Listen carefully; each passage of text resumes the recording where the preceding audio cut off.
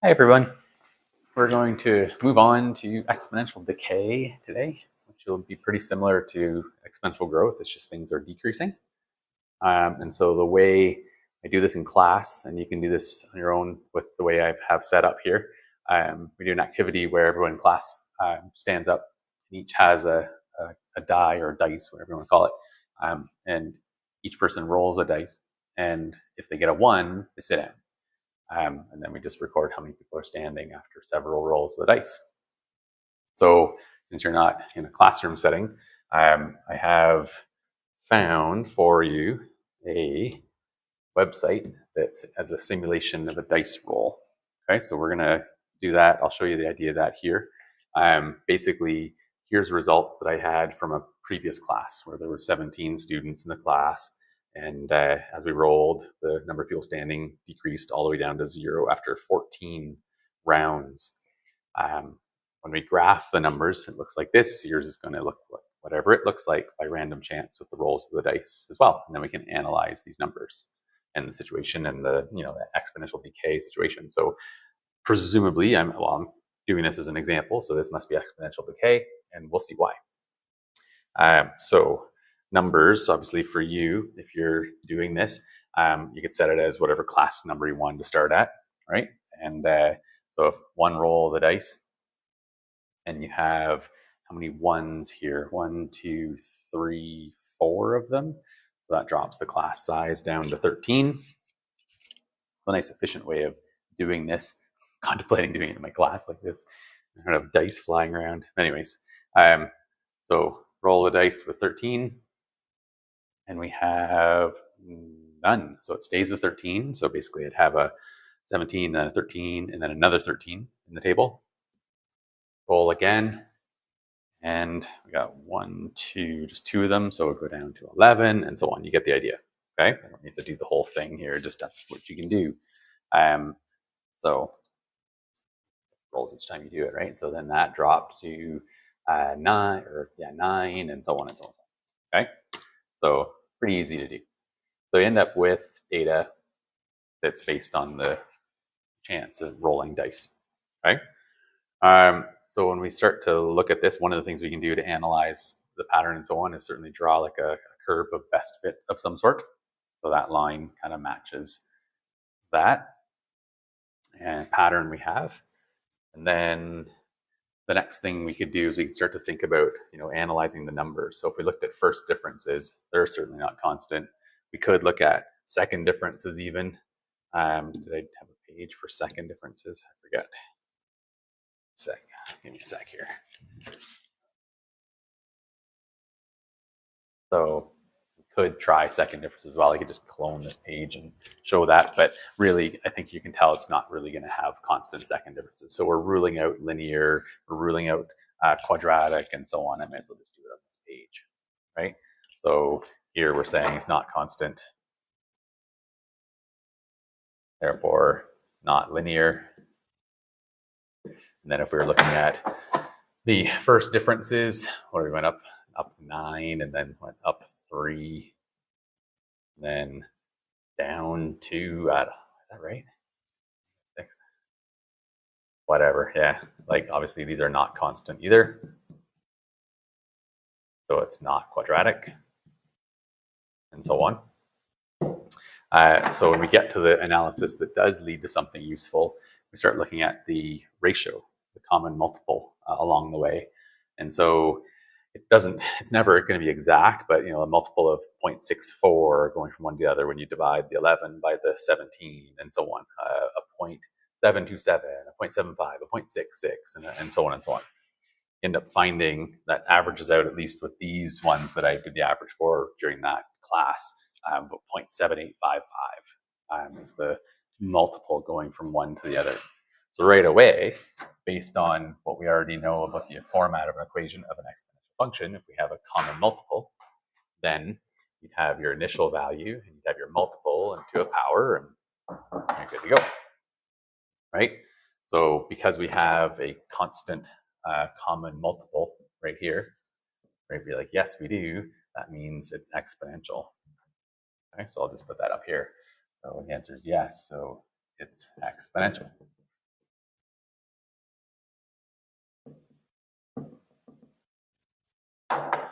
So moving on then, as we analyze further here. Okay, here we go. Get this thing wrong here. All right, so what fraction of students do you expect to remain standing after each trial, and explain? So when we look at this, we could talk about the odds of ending up sitting, right? And so it's something out of something when you roll dice. Well, it's one option to get a 1 out of 6, right? So 1 out of 6 makes sense as a number over number. Well, what would that be? It would be a 1 divided by 6. And so then we end up with basically decimal number from that. And so let's do 1 divided by 6. 1 divided by 6 gives us a 0.1667, right? So 0.167. Okay, so that's the odds of sitting. So then you say, okay, well, what about odds of remaining standing, right? Well, the idea is you have 100% of the class minus that 16.7% of the class, right? This is equivalent to 16.7% end up sitting. Once people sit down, you're reduced to 83.3, or in other words, 0.833. Okay, so 0.833 is our decay factor. If you look back at our numbers here, we said 0.786 instead of 0.833. It's pretty close, right? Close to 0.833, like it should be.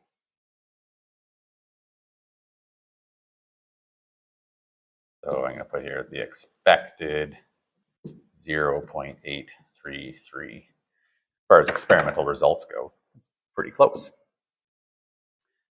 So if we divide the number of students in each trial by the number of students in the previous trial, do these quotients support your answer to the previous questions?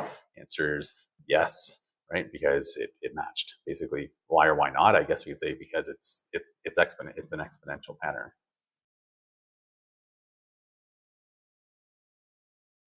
Something like that, anyways.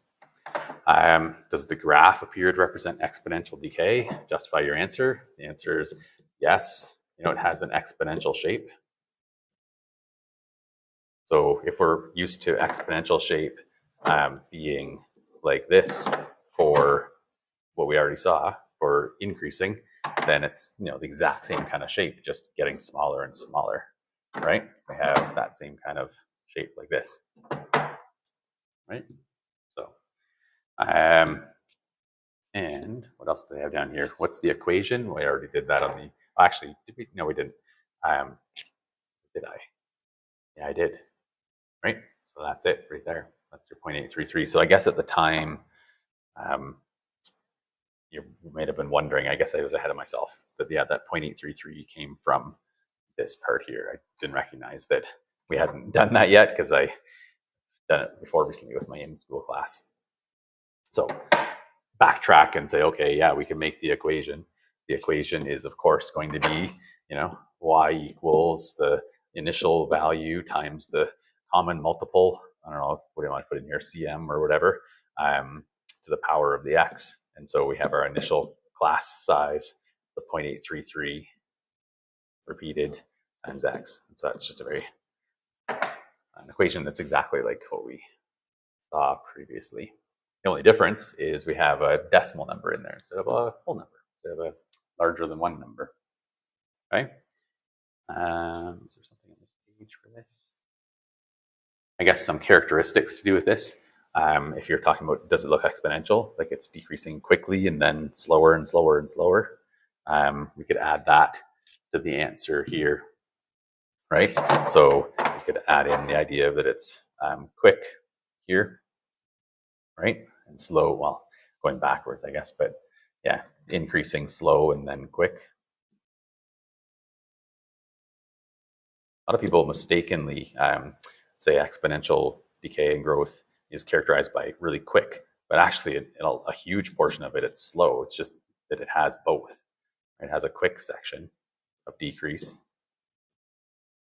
and a slow section of decrease. So really, it's a slow increase or decrease more often, probably, because that's a longer period of time. So there's our equation, like we said before, initial value and decay rate in there. we just have to talk a little bit more about the decay rate stuff. We just did it on the previous page though. Talking about percent decrease, exactly what I did. If whatever it was, 16 something percent of the class sat down, then you're reducing by that percentage, right? So we're just listing it now more officially as your decay rate is a 1 minus an R. That's really a 100% minus a whatever percent you're losing, right? Percent reduction right there. So this would go in as a 0.60, which obviously means there's 60% left after, means 60% is left after, what was I doing there? After you've lost the 40%.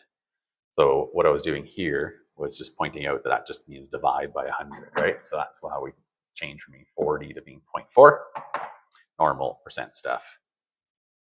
So that equation for this one would be that, right? Whatever the initial value is, put it in as A, and you'd have a 0.60 to the power of X. That represents something that's decreasing by 40% per time interval. Percent left is common as well, in which case we just jump right to that step, right? We'd have the percent left is 0.30. So you just basically start at this level right here, right? Percent left, no different than saying starting there, 60% left. All right, so boom, there's the equation. So in this case, boom, there's the equation. All right. What did I have next here? Oh yeah, just some, decay factor, that's right. So kind of like before we talked about something doubles or something triples or whatever. In this case, you could say like, well, if 1/4 of the substance remains, in other words, a 0.25 would be your decay factor. So you just have the 0.25 in and have, it's 0.25, means 0.25 left, of course, right? A quarter left, 25% left, and so on. In other words, you lost 75%, but just is what it is when you're thinking about what things mean, right? So picture that 1 minus the 0.75, right? 1 minus that 0.75 is that 0.25. So it just makes sense, right? I guess if I was solving this, I would say the unknown that I'm looking for there, add that unknown that I'm looking for, take away the 0.25 from both sides, and I'd end up with that unknown percentage being the 1, take away the 0.25. So there's your 0.75. In other words, your amount left, or that you lost, sorry, after with 0.25 is left. And then if we had one that was like after each hour, 1/2 is left. Actually, I should change this. After let's do each 4-hour period. 4-hour period. Okay. Each substance remains. Half the substance remains. So we'd have a 0.5 in there, of course, is our decay factor. And then having it be each 4-hour period means we'd have to have a divide by 4 in that power, like you saw before with the dough doubling every 3 minutes example. And all this same stuff is still the same. Okay. There's an example from a textbook worked out there. You can go through that, ask me questions if you have any, but I'll leave that for you there. Because the more important thing I have to talk about is the somewhat intimidating naming of half-life, because half-life has to do with like radioactive substances, and people start to think, oh, it's science, so it's hard or something. But really, this is just the same as what we saw before. It's just instead of doubling how long it take for a substance to double in size, we're just saying how long did it take to get to half of what it was, right? So if we look at 250 and we divided it by 2, that's half, right? So there's half substance. Well, that means that this time that it took right there, that's the so-called half-life. It's just the way, it's just the word they use. So we're talking about the time it takes to end up with half as much stuff. Right? So just reading from the graph, you end up with 1.4 hours or so. It's an approximation. It is what it is. Okay? There are mathematical processes for determining this stuff, but it's not part of our course. I won't do it. And pretty much it. There was an example here. We're going to write this as an equation.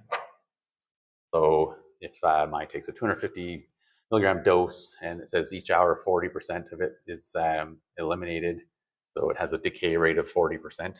Write the equation. So she'd be able to say, okay, well, the amount of penicillin, let's say, starts out as 250, your initial value, and then we're left with 40% is eliminated. The decay rate is 40%. You're losing, and so that would be the 1 minus the 40%, right? Hour of like X or whatever. If you wanted each hour, you could have H for hours or N for hours or something, but X is the number of hours. So really you should say like let P equal the amount of penicillin and let X equal the number of hours. So that would give us 250 and 60%, right? Left over there, so 0.6. So I've misinterpreted, but that would be the equation. Calculate amounts, fill them in. So basically you'd just be putting in, for this one, you'd be like set X equals 0. And so you'd have P would equal 250, 0 times to the power of 0, which is just 250 times 1. And so you're going to have a number in there of 250. There it is, right? And then you'd plug in a 1. And so you'd have 250, and you'd have 0.60 to the power of 1, which is 250 times 0.6 equals the 150. Just double checking there for us, right? So, and then so on and so on and so on. So you just keep doing that. You could keep calculating, or you could recognize that we're going to have this common multiple, right? Common multiple. And so using that is sort of the quicker way of making this happen. You just literally just multiply by 0.6 each time.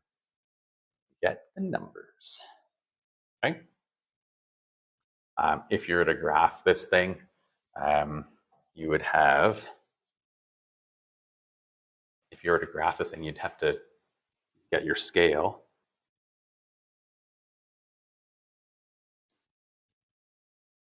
You'd have to get your scale, decide on what your scale would be. So, you want to get to 250 around here somewhere. I always show people, students to divide by the number of spaces to figure out what to count by. So we have 250.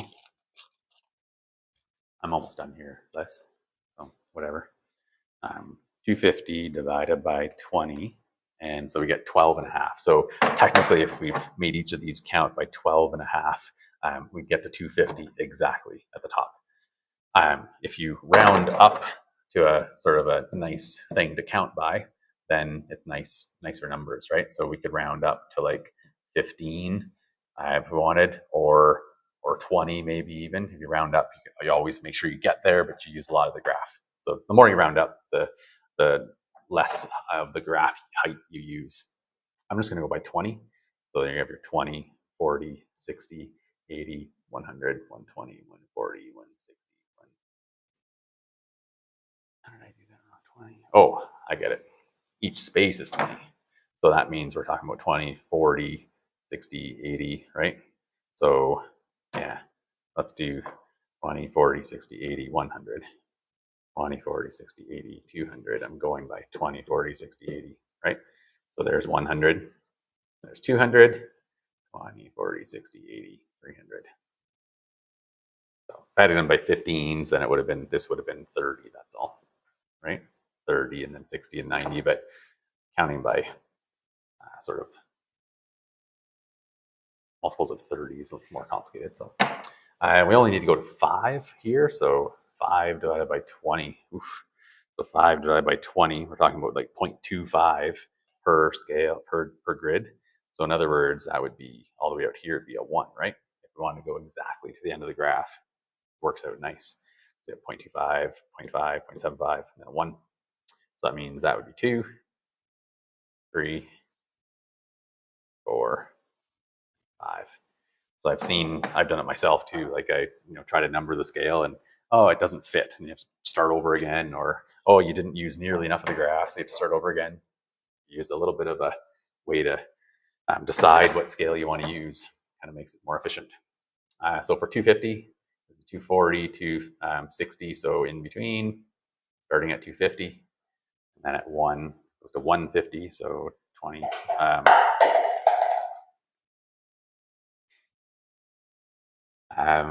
Sorry, I got distracted here for some reason. We got 150, so it's 120, 140, 160. So in the middle of this one right here, almost in the wrong spot. Then 90, so 20, 40, 60, 80, 90. 54, 20, 40, 60, 54, somewhere around there, and so on. 20, 40, 32 would be somewhere there, and 19 just below, and so on. You certainly see that this has the classic characteristic kind of shape of a exponential, and if we kept going, it would probably just like keep going like this. And I don't know if you recognize or not yet, but this would never go below 0. It would just approach 0. Okay, so didn't even touch it there. Just go up a tiny bit, right? So exponential, they do that. You're going half of something, or in this case, whatever it is, 60% of something. You never really actually get to 0 mathematically. Kind of a weird property of exponential functions. Okay. You might see a question later on about wine left in a barrel. So in winemaking, they don't bother washing out the barrels because wine doesn't matter, right? So if you're buying a vintage wine from a really old vineyard or whatever, there's a theoretically non-zero percentage of the wine that's actually from the 1800s or something, because there say 10 milliliters left of vintage wine in there every time you put a new batch in. So there's technically some wine molecules in there mathematically. But anyways, so that should work. Half-life for each one. Just don't think of it as a complicated thing. Just where's half? Right there. So the half-life is that amount of time right there. Right? I just missed the smartboard being out of alignment, and so on. So all these questions should be very much like what you saw in the lesson. If you have any questions, let me know. Post them into the discussion thing or email me, and I'll make a discussion post if you're shy or however you want to do it. Okay. And I think I showed you, I don't know if I said, but there's a link there for that virtual dice roller for you. All right, that's all for now.